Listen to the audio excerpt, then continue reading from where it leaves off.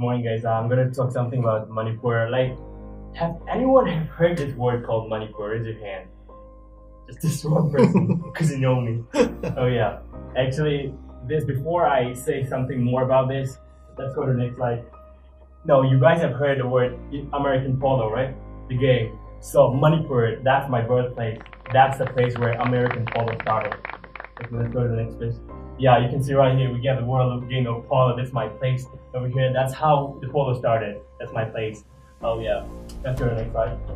Oh yeah, it's in the Southeast Asia. It's in India, one of the northeastern part of India. I'm a proud Indian. So when I said India, you guys must be thinking like, next slide. Yeah, India. You guys must be thinking like, next slide, please. Oh yeah, you must be picturing all of them like Sadarji, South Indian, North Indian, and some Bollywood actors. You guys are picturing this mind. But there are also more Indians like this. Next slide. Yeah, like this. This is especially previous slide. Yeah, see, we have Indians like this too. Do they look like Chinese? They look like Philippines. See, we all look the same. Let's go to the next slide. See, that's my culture over here. That's completely different. That's the female race in the middle. That's Kamba Kogi race. That's completely different. Let's go to the next slide. Oh yeah, Manipur is one of the northern states of India. Imphal as its capital.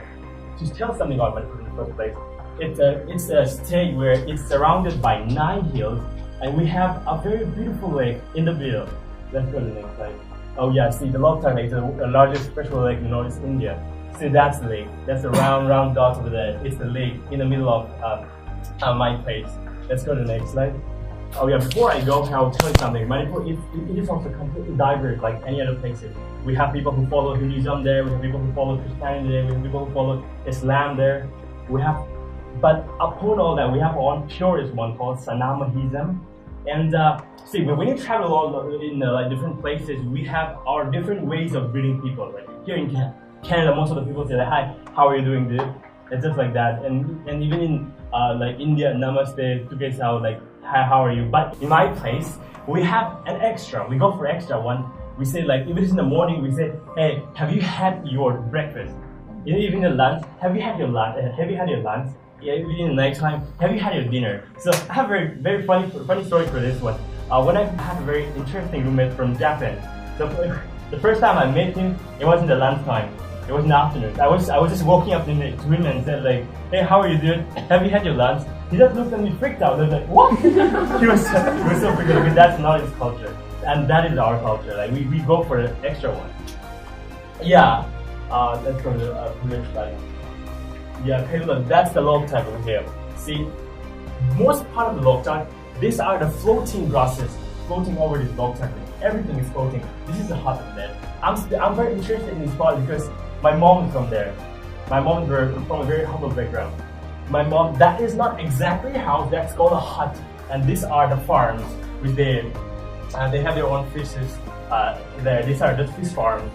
And so like these things, we have long bamboos over here. So when the wind comes, it sometimes carry away the whole thing. So not to get carried away, they put the bamboo down, getting them stuck in the bottom. But I have a story for this one too.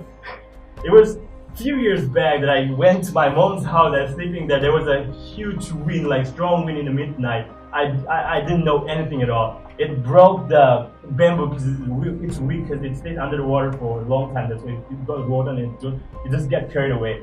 I slept over here. I woke up somewhere awake in some part of the lake. I feel like it was awesome. It was a free ride, you know. But for them, it was they freaked out. They have to drink and everything. They do a lot of things. But yeah, it happened. Like it carries away. Upon this very beautiful gift, we have another gift. Let's go to the next slide, please. Called Kaibulamjao National Park. We have the national park. This is the only national park in the world which is completely floating over the water. The entire national park is floating over the water. And this is a national park which gives home to this endangered species. Endangered species. You cannot find any place around the world except Manipur. This is called Sangai. In English, it's called bow antler bear. And scientifically, we call Cervus ld. So this is an animal which is found in Kaibulamjao National Park. Let's go to the next one. Oh yeah, and the next thing is Siroi lily. This is also a plant which is found only in Manipur in one of the districts called Urkru, in one of the mountains over there. And the next thing is called Tabul Chongba. It's basically, it means dancing by moonlight. We have this tradition where we join our hands together, we form a circle, and we dance. That's our custom. That's our culture. And yeah, basically that's the thing. Let's go to the next one. Oh yeah, you guys must have heard something like boys hostel, girls hostel, girls college, boys college. But have you heard of a place called Women Market, where the entire people selling there are just women? Like, I'm not talking about buyers. There are a few buyers. Some male go and buy stuff there, but the entire 100% people selling there are just females. It's also just one in the world. That's what is also something that attracts tourists too much. The entire block is just called like females. Let's go to the next slide. Yes, I won't take much of the time. So if you are interested in Manipur, okay, we have two huge festivals over there called Sangai Festival and Siroi Festival. So Sangai Festival happens in the end of the year from November 21st to 30 November. And the Siroi Festival happens in the middle of the year. So it's a festival which speaks volumes about our culture. It's just all about art and culture, the sports, the music, and the food. You guys like food, right? So it's the food and everything. It's just exposed everything. So basically it's all about that. And let me end my speech like this. If you are interested in going to Manipur, let's go to the next slide. Have a safe journey to Manipur. Thank you so much. Thank you for sharing that with us.